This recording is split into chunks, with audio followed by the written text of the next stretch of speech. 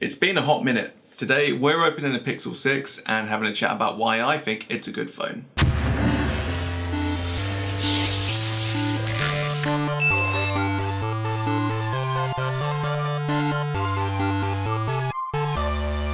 I was really undecided about making this video and releasing it so soon. On the one hand, this is a new release phone and I'll probably get a good response from my video, lots of views and some good engagement.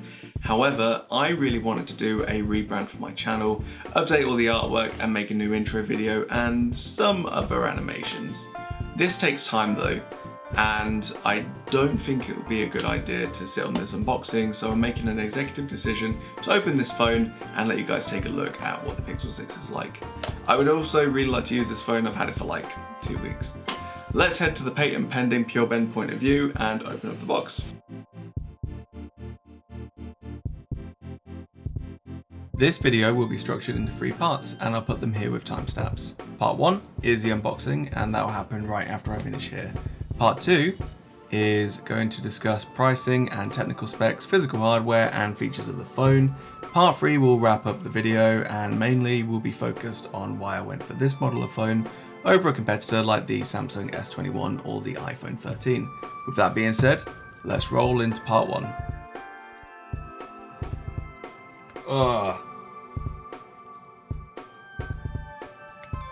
Nice. Okay, cool. We've now opened the phone. There's no sending this back. This is it. Hey, look at that. Wow. Okay. So I knew that it was going to be a stormy grey, but this is like a very attractive kind of like light coloring. Cool. Okay. All right. This isn't what I really expected, but let's take a look at it. Okay. So before we hit the phone, it looks like Google has joined the movement to only pack charging and data transfer cables with their new phones. It's arguably a greener move than, you know, I don't know, other companies to prevent e-waste.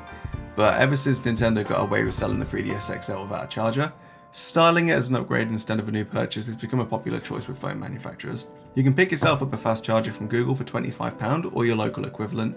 You get a few pieces of paper, as you can see here.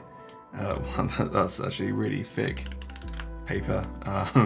Crazy. Okay. I guess that'll be the instruction manual as well, and then you also get the charger here. So this is just a USB-C to USB-C, and a data transfer cable as well, which I'll definitely be using with my current phone. In fact, I'll be doing it after this video.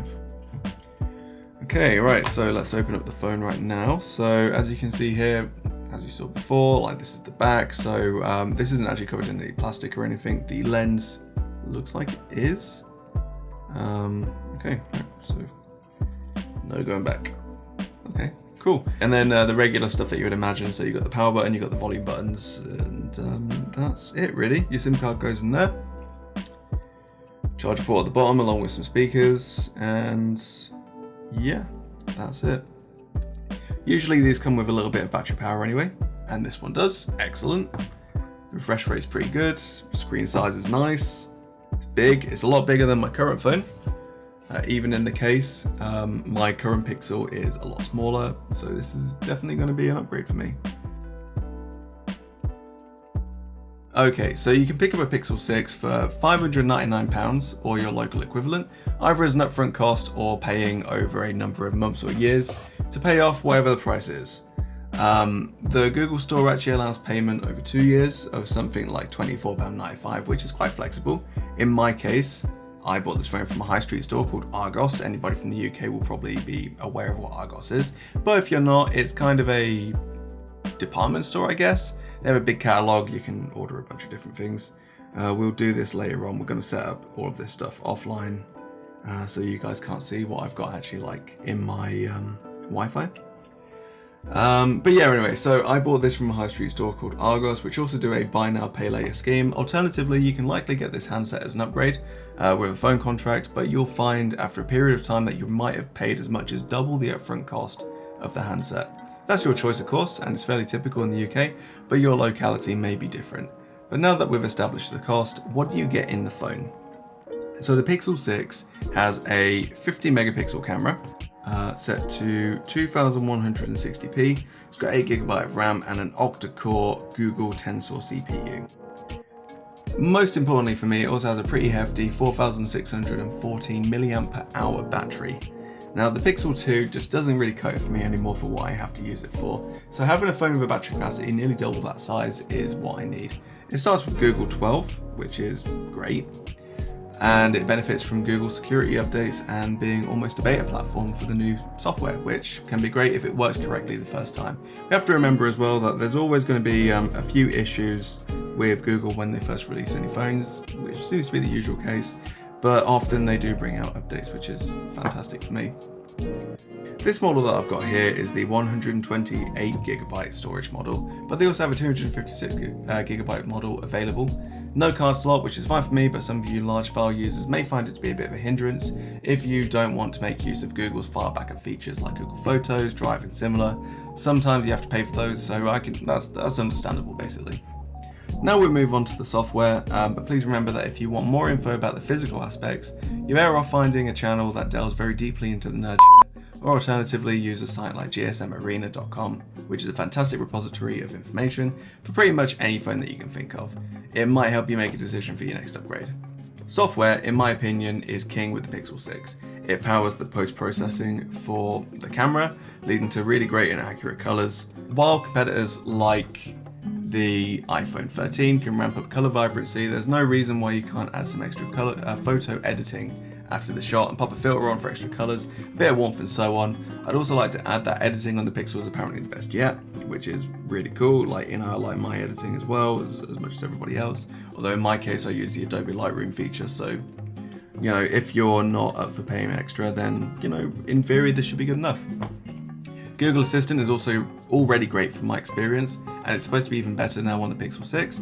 Google has taken steps to remove the mandatory Hey Google or OK Google to start a voice command, and it's already set off my Pixel 2. But in theory here, I'm already experiencing this with my home minis that I've got set up at home, so this would be really cool. I use my phone to send messages and dictate commands while I'm driving, so this is absolutely a feature that I'm excited for. And finally, we have a guaranteed 5 years of security updates with this phone, a security hub and a password manager apparently built into the software. If you're like me, use your phone for everything from online banking to managing passwords. A strong security base is mandatory for a good phone, and right now we have that guarantee from Google. Finally, because I don't know what finally means, you have a pure Android experience from the Pixel. I've used a Samsung S6 that actually used to be one of my previous smartphones, but the bloatware that you get with Samsung, to me personally, is just intolerable. I wanted a phone that I could just get on with my Google account, which I got with my Pixel 2. This is something that I can continue with my Pixel 6. If you're an iPhone user, this is the closest you can get to iOS without actually having a new iPhone. Okay, part 3 is supposed to be when I talk about why I went for the Pixel, but I feel like I've already done that. It's cheaper than the alternatives, it has some great software, some really good hardware, and I like it. But what I like doesn't necessarily mix with what you like, so make sure to let me know in the comments. What are your thoughts about the new Pixel? Did you decide to buy it? Maybe you prefer a different phone. I'd love to know why. That's it, that's the video. Remember to subscribe and drop a like and leave a comment, let me know where you're from. Bye.